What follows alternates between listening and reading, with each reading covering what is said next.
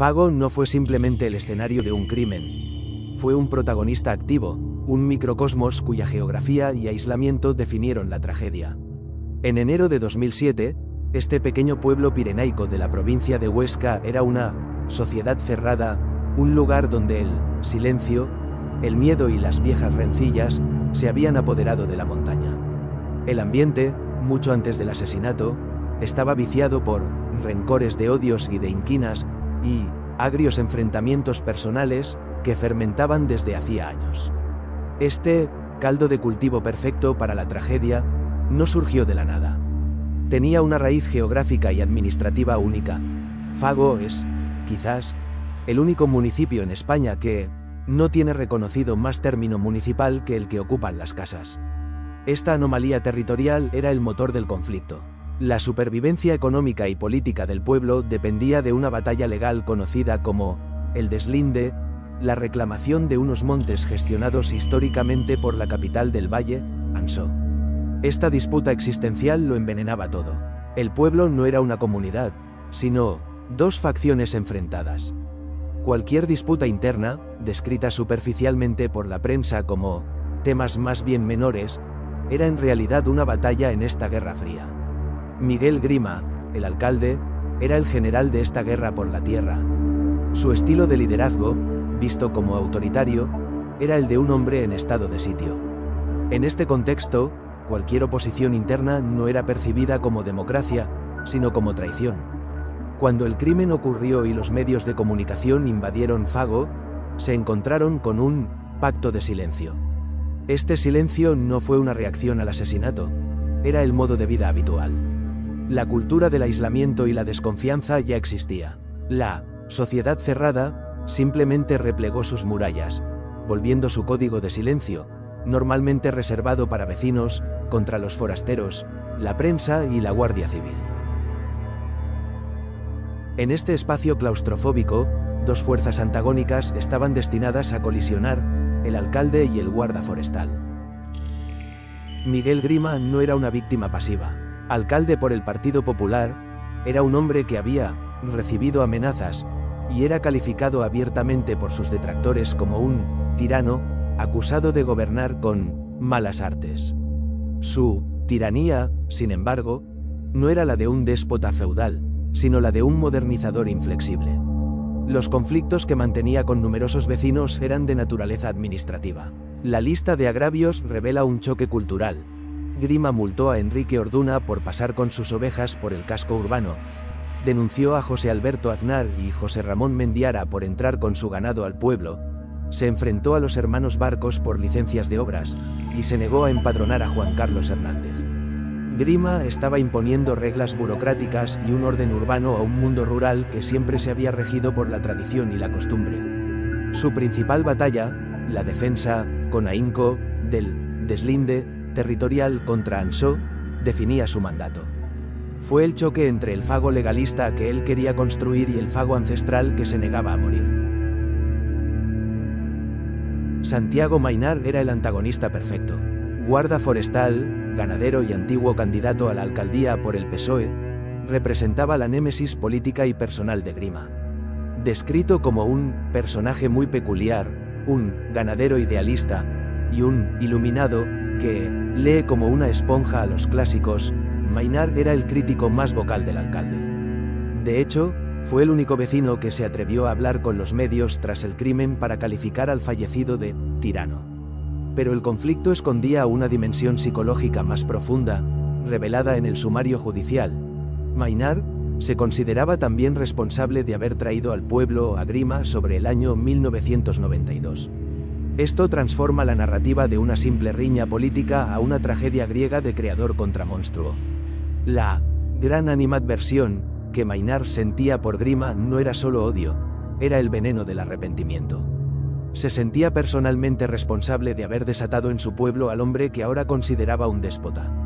Su comportamiento posterior, su crítica pública, su confesión altruista, puede interpretarse como el intento desesperado de un idealista por corregir su error original, posicionándose como el salvador del pueblo que él mismo, indirectamente, había condenado.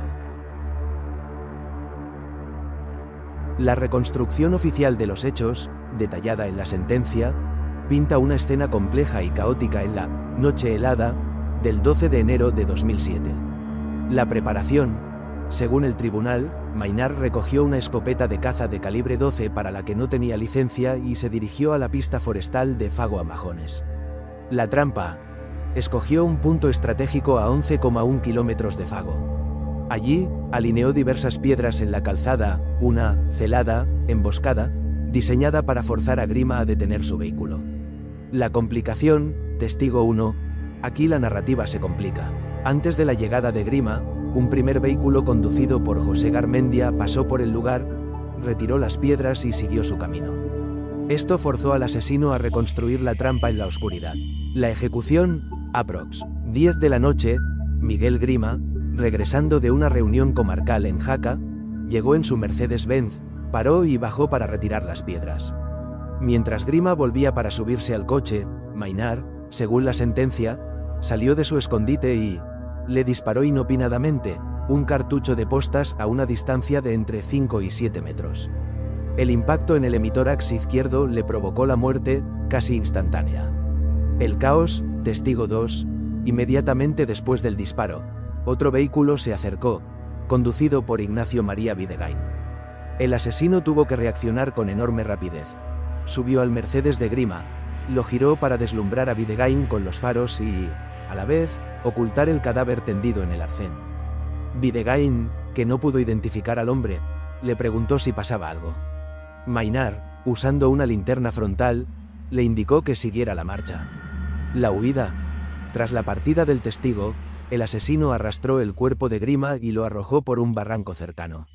Después, condujo el Mercedes de la víctima 6,45 kilómetros hasta una pista forestal en el término municipal de Verdún, donde lo ocultó entre la maleza. Esta reconstrucción judicial, tan detallada y llena de riesgos, es logísticamente muy compleja para un solo hombre actuando en pánico. La gestión de dos testigos imprevistos, uno que deshizo la trampa y otro que apareció segundos después del disparo, socava la teoría del asesino solitario que la propia sentencia defiende. Esto da un enorme peso a las dudas que, desde el principio, tuvieron tanto la Guardia Civil como periodistas como Carles Porta sobre la posible participación de cómplices. El asesinato transformó a Fago, un pueblo casi desconocido, en el epicentro de una revolución. Se convirtió en un auténtico plató de televisión, sufriendo una explosión mediática terrorífica. Para el juicio, se acreditaron 190 periodistas. A esta presión mediática se sumó la presión policial. La Unidad Central Operativa, UCO, de la Guardia Civil, una unidad de élite, famosa por resolver casos como el de Rocío Baninkoff y la farmacéutica de Olot, tomó el mando. No podían permitirse un fracaso. Su método fue exhaustivo. Interrogaron a todos los vecinos del pueblo. El periodista Carles Porta, en su libro Fago, describe esta convergencia de medios y policía como una apisonadora. En su análisis, critica duramente la actuación de policías, jueces, abogados y periodistas, argumentando que esta fuerza aplastó a la familia Maynard desde el primer instante. La UCO y los 190 periodistas descendieron sobre un pueblo de apenas 30 habitantes. La presión por una resolución rápida y clara era inmensa. Una teoría compleja, una conspiración que involucrara a las dos facciones del pueblo, habría sido legal y mediáticamente insatisfactoria. Santiago Maynard, el enemigo público número 1, que ya se había autoidentificado ante la prensa como el principal detractor del alcalde, era el sospechoso narrativamente perfecto. La investigación, casi por necesidad, se centró en él desde el principio. El caso Fago se sostiene sobre una contradicción fundamental: la confesión detallada de Santiago Maynard y su inmediata y teatral retractación. La confesión, la prueba reina. 19 días después del crimen, Santiago Maynard fue detenido. Tras horas de interrogatorio, se derrumbó. Confesó: lo he matado yo, maté al alcalde yo solo. Su confesión no fue vaga. Suscribió una autoinculpación de 22 páginas. La Guardia Civil sostuvo que Maynard proporcionó detalles que solo podía conocer el asesino. Sus frases, filtradas a la prensa, eran crudas, Pues nada, disparé y ya está. Y, señalando el mal estado de la pista forestal, ¿cómo no lo iba a matar? Mira cómo está esta pista. La retractación, el espejo roto.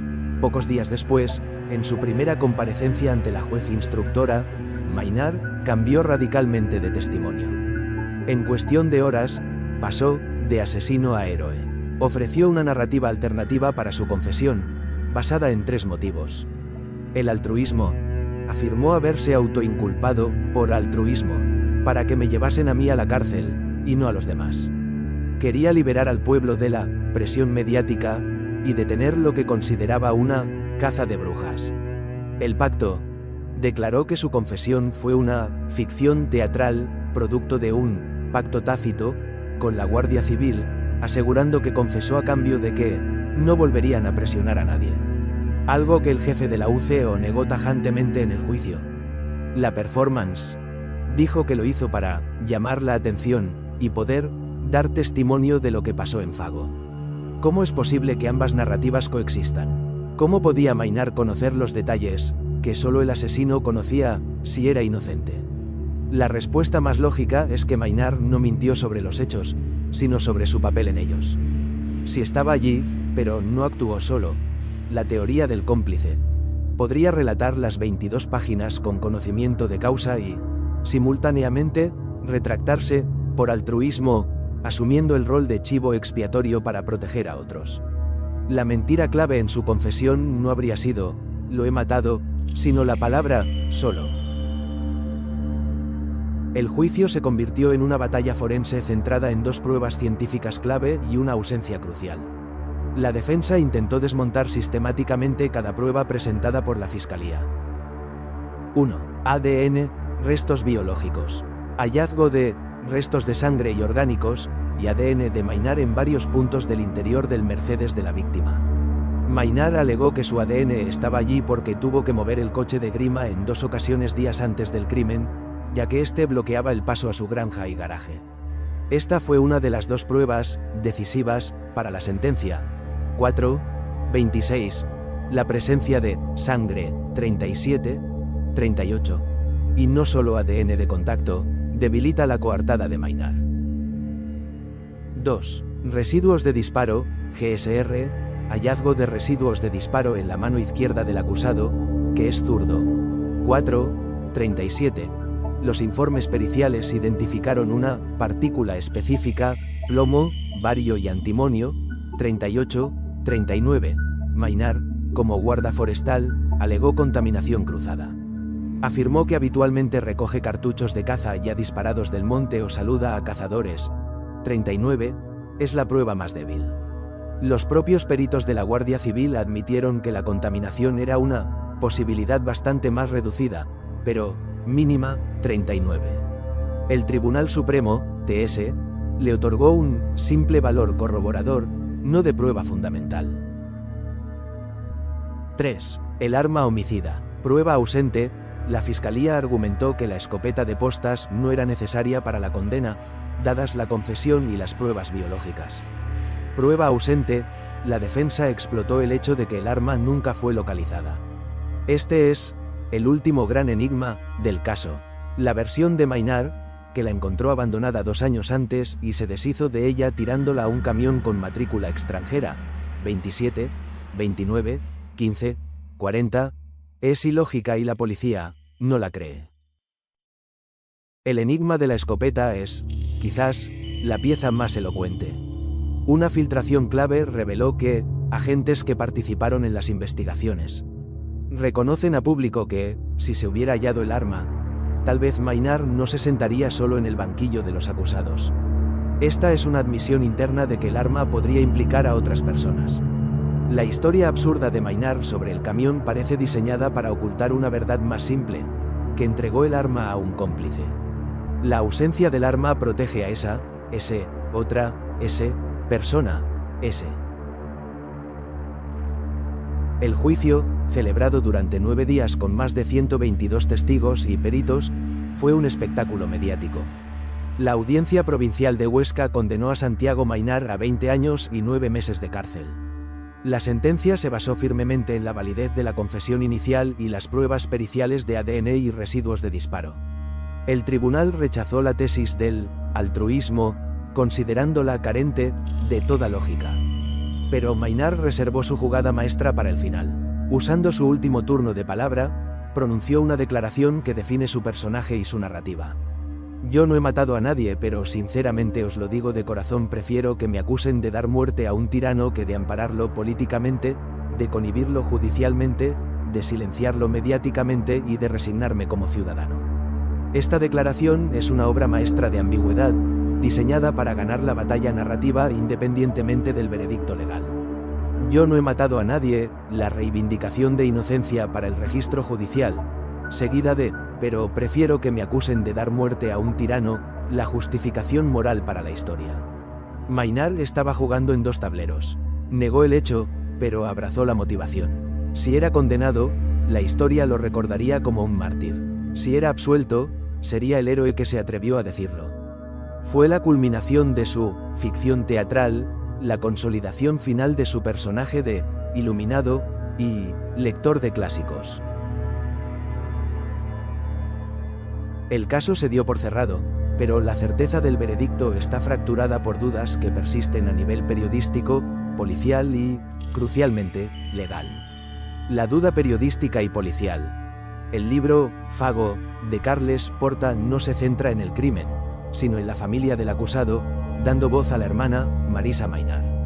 Porta no busca reabrir el caso, sino expresar una duda sobre la apisonadora y la teoría del asesino solitario. Esta duda es la misma que, según informes, persistía en ámbitos judiciales y policiales, donde nunca se dejó de sopesar la posibilidad de que el guarda hubiera tenido la ayuda cómplice de algún colaborador. La duda legal, el voto particular, esta es la pieza clave para una nueva narrativa. La sentencia del Tribunal Supremo que confirmó la condena no fue unánime. Se emitió un voto particular por el Excmo. Señor magistrado de Joaquín Jiménez García. El motivo de esta disidencia fue fundamental: la competencia del tribunal. La defensa de Maynard había solicitado un jurado popular, mientras que la acusación exigió un tribunal profesional, que fue el que finalmente lo juzgó. El magistrado Jiménez García, un conocido defensor del jurado popular, discrepó sobre este punto procesal. La condena de Maynard es legalmente válida, pero procesalmente controvertida. El caso se decidió, en gran medida, por quien lo juzgaba. Maynard quería un jurado popular porque ciudadanos de Huesca podrían haber entendido el ecosistema del odio y la tiranía de Grima, podrían haber sido susceptibles al argumento del tiranicidio o del altruismo. Un tribunal profesional, en cambio, se centró fríamente en la confesión firmada y en el ADN hallado en el vehículo. La condena de Maynard pende de este tecnicismo. Mientras tanto, Fago, el pueblo en el centro de la tormenta, se vació. La división y el estigma mediático lo convirtieron en un pueblo fantasma donde hoy viven ahí apenas unas 20 personas. Santiago Maynard permanece en la prisión de El Dueso, negándose a solicitar beneficios penitenciarios porque no cree en el sistema. Se ha cansado de repetir su inocencia, comprometido hasta el final con el personaje que él mismo escribió. En Fago, la justicia encontró un culpable, pero la verdad sigue enterrada en algún lugar de la montaña, protegida por el mismo silencio que alimentó el odio. Este caso demuestra que a veces el entorno es tan protagonista como el asesino. ¿Crees que Santiago Maynard actuó solo? Déjame tu teoría en los comentarios. Si este análisis profundo te ha mantenido en vilo, dale me gusta, suscríbete y activa la campana. Hay muchas historias oscuras que aún deben ser contadas. Nos vemos en el próximo caso.